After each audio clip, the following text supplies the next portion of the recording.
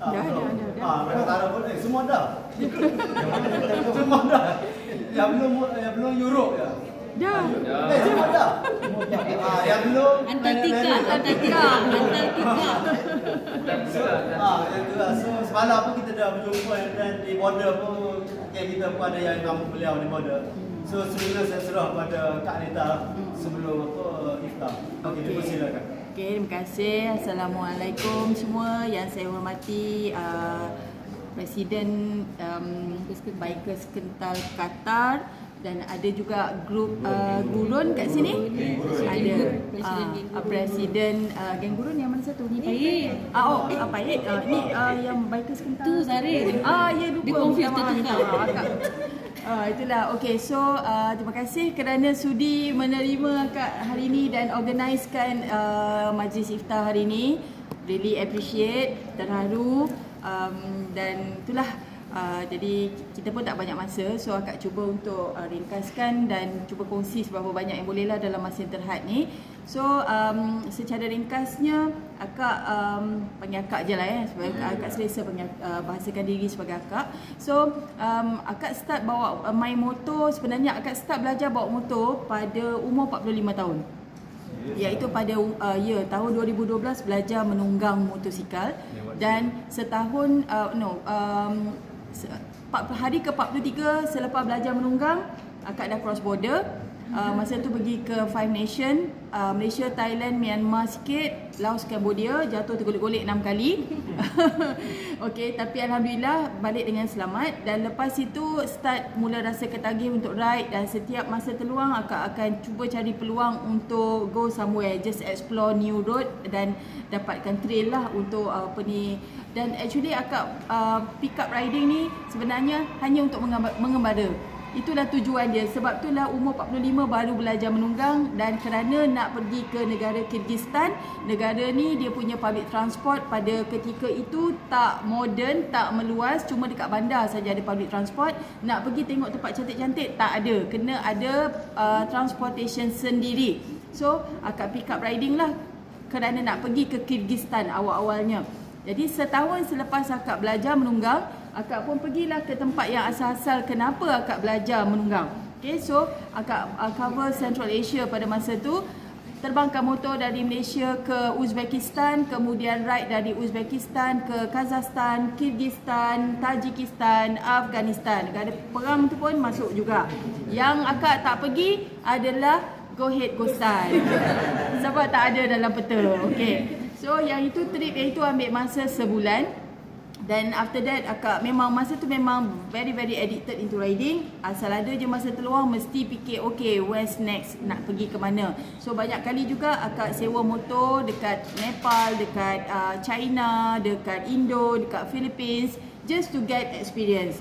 Dan lepas itu akak mula nak bercita-cita lebih nak pergi lebih jauh, nak dan kebetulan ada someone yang berjanji untuk tolong dapatkan dana. Jadi akak fikir ala-ala ada orang nak tolong, why not I pergi ke Nihal lah buat round the world. So malangnya dana yang dijanjikan tu tak dapat, tapi sebabkan akak telah pulun buat research selama lebih kurang 8 bulan. Jadi akak tak nak all the research tu jadi go into the drain kan. Sebab bila kita research tentang overland ni, benda tu valid sekarang. Kita tak boleh kata aku tak dapat dana, aku nak tunggu 2-3 tahun nak simpan duit nanti baru pergi. No. Whatever you research now is valid now. Kalau tunggu lagi 2-3 tahun, everything dah berubah, political situation dah berubah, jalan dekat tempat tu pun dah berubah. Jadi sebab tu akak tak nak akak punya effort buat research tu membazir macam tu je. So walaupun tanpa dana, akak pergi juga gunakan savings yang tak berapa nak ada. So masa tu memang struggle, memang sangat-sangat struggle. Pada ketika tu akak terbangkan motor dari Malaysia ke Seattle, United States. Dia punya target pada masa tu, ride tu akak namakan Global Dream Ride. Targetnya ke 4 benua, 40 negara. So akak terbangkan motor ke Seattle and I started riding from there. Dari Seattle akak pergi naik ke Alaska, tapi tak pergi jauh sebab terlampau sejuk, akak tak tahan. Malam-malam temperature dia minus 20 and I'm camping. Dan camping pula menggunakan peralatan perkemahan cap ayam. So memang tak tidur sampai ke pagi. So lepas tu akak terpaksa lah turun balik sebab kita turun dia lebih panas kan. Kalau naik semakin ke utara semakin sejuk. Lagipun waktu tu pertengahan September. So I just touch Alaska little bit. Lepas tu turun semula ke Canada, turun semula ke US dan kemudian akak start masuk Latin American countries, Mexico, Guatemala, Honduras, El Salvador, Costa Rica, Nicaragua dan Panama. So stretch ni daripada Mexico sampai Panama ni memang sangat menakutkan. Sebab ini adalah laluan dadah dan mafia, penyeludupan. So memang sepanjang-panjang jalan banyak sangat military checkpoint dan ada ketikanya vibe dia sangat-sangat tegang di mana akak nampak kan askar-askar yang menjaga checkpoint tu dengan rifle dia. Diorang geledah lori, bergaduh-gaduh dengan driver lori. Tak faham lah apa dia cakap sebab dalam bahasa Spanish, tapi rasa macam bila-bila masa je senapang tu akan meletup. So memang terasalah ketegangan dia tu, especially dekat Honduras, because waktu akak cross Honduras tahun 2015, Honduras disifatkan sebagai the most dangerous country in the world. Sebab masa tu memang everyday ada homicide, sekurang-kurangnya dalam 50 kematian dekat bandar dia, dekat ibu negara dia setiap hari. Okay, but anyway, I managed to dapat cross dengan selamat. Kemudian akak letak motor dekat dalam boat berusia 200 tahun and then I sail 4 days 3 nights along the Caribbean and also Atlantic Ocean dan sampai ke Colombia. Dan itu kiranya dah benua Amerika Selatan. Jadi daripada Colombia akak ride ke Ecuador, kemudian ke Peru and then Bolivia, Chile, Argentina, sampailah ke bandar paling selatan dunia yang bernama Ushuaia. So Ushuaia ni, daripada Ushuaia kita ride sikit lagi 30 km, kita akan sampai ke penghujung jalan yang disifatkan sebagai the end of the road at the end of the world. Sebab lepas tu dah tak ada jalan lagi. Daripada tepi laut tu kita akan nampak South Pacific Ocean dan hujung sana kalau ada 10,000 USD bolehlah berlayar naik cruise pergi ke Antartika.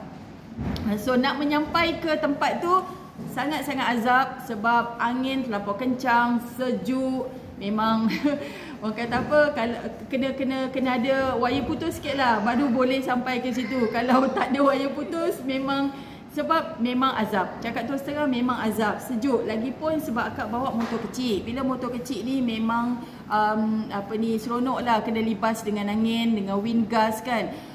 So memang sakit badan.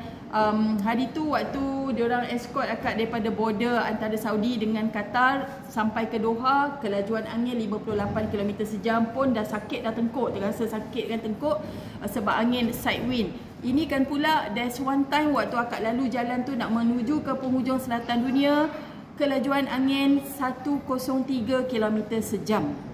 So memang motor besar pun akan terasa, apalagi lah motor 150cc. But anyway, I made it. Dan lepas tu daripada Ushuaia akak ride another 3,200 km sampai ke Buenos Aires. Dan lepas itu akak terbang ke motor dari Buenos Aires ke London.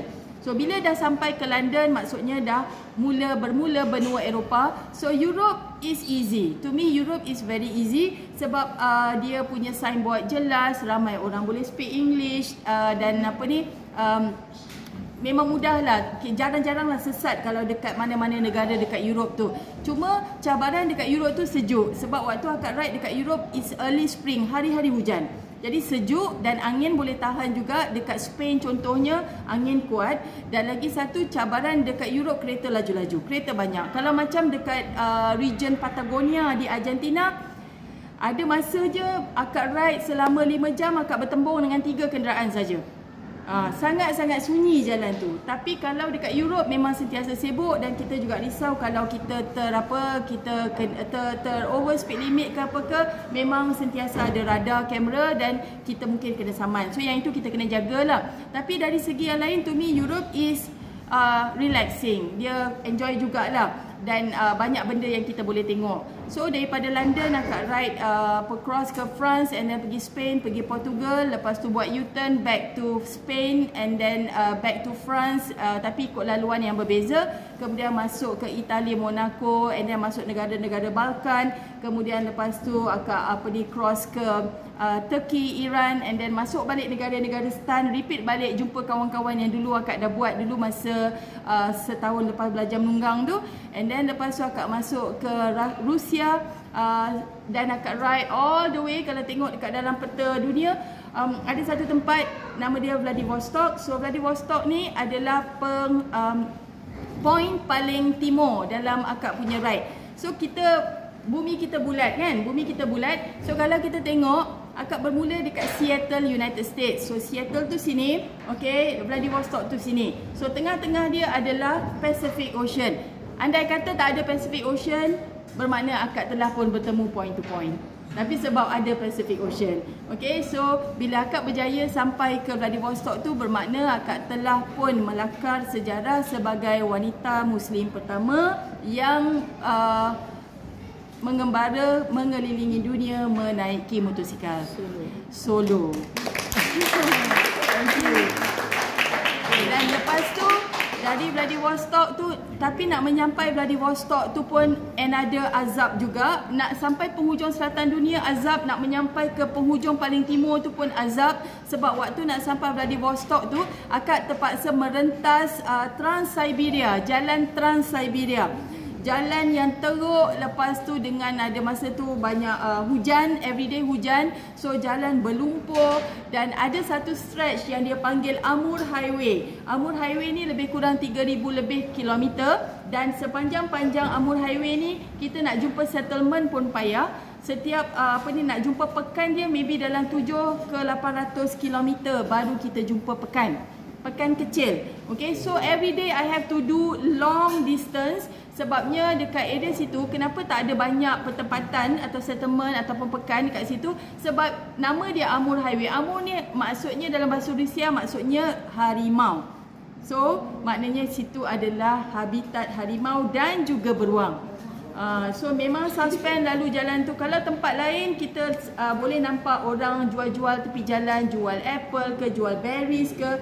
But for that stretch 3,000 lebih, tak ada langsung. Dengan semak samun lalang tinggi-tinggi orang.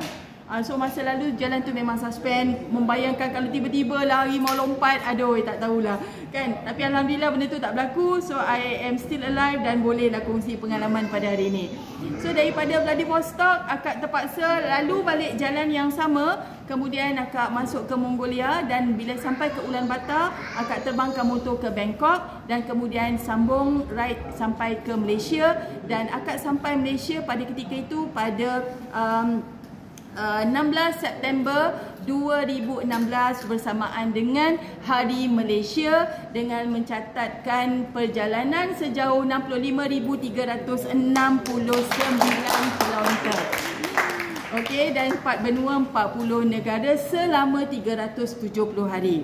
Okey, itu cerita pasal yang first punya world ride. And then bila dah balik Malaysia, back to work. Sebab waktu akak buat ride yang first tu, masa tu adalah untuk akak ambil cuti tanpa gaji selama setahun. Dan waktu itu objektifnya adalah untuk mencipta sejarah menjadi wanita Muslim pertama yang mengelilingi dunia secara solo naik motor. Dan juga untuk membetulkan persepsi orang bukan Islam yang memandang serong terhadap agama Islam, yang mengatakan Islam tu teroris, Islam mendiskriminasikan wanita. So, I'm trying to show that, okay, I am a Muslim woman, but I am free to do whatever I like. Dan akak boleh, contohnya, macam akak bawa motor. Kalaulah Islam tu betul mendiskriminasi wanita, how can I'm doing this? So, itulah message yang akak bawa sepanjang-panjang jalan bila berjumpa dengan orang-orang yang akak temui lah sepanjang jalan. So lepas tu bila dah balik semula kerja balik macam biasa, akak dah rasa macam tak boleh lah. Akak rasa mungkin ada something yang dah tak betul kat dalam ni. So I don't want to be in a comfort zone anymore. So lepas 3 tahun bekerja, akak buat keputusan untuk bersara awal.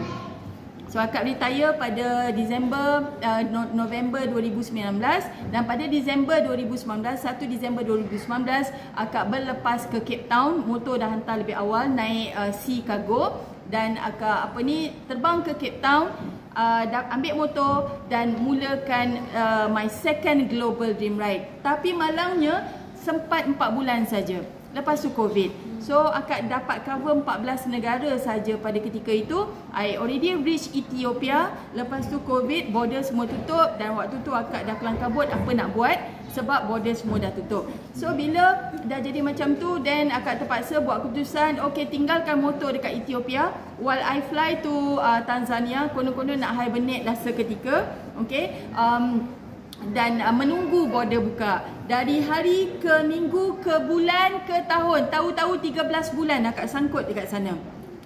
Okey, dan lepas tu bila lama sangat tersangkut dan dalam masa yang sama Ethiopia pula berperang. So lepas tu akak fikir memang tak tahulah bila border nak buka. So finally I decide to go back home to Malaysia pada dekat-dekat nak raya tahun lepas. So balik sekejap for about 6 months, dan lepas tu bila bila dikabarkan perang dekat Ethiopia jadi semakin buruk, so akak terbang semula ke Ethiopia untuk keluarkan motor. Ambil masa 3 minggu sebab ada macam-macam masalah birokrasi. Kita stop sekejap untuk iftar. Lepas tu buka puasa 5 minit, 10 minit, terus bayar maghrib. Lepas tu sambung kambing, lepas tu kita sambung akak punya pengalaman. Okey, boleh. Mana sambung sampai sahur. Sebab makan dah cukup sampai sahur ni. Okey. Okey, kita mesti. Nanti peringat akak kita sampai Saya mandi di sini.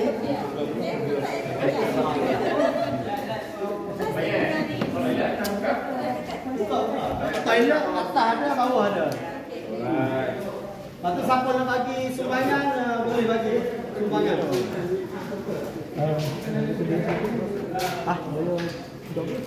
Sumbangan kakak. Ya, masuk ini ya. Sumbangan tu. Okey. Ada kunci kereta? Tak ada. Tak ada.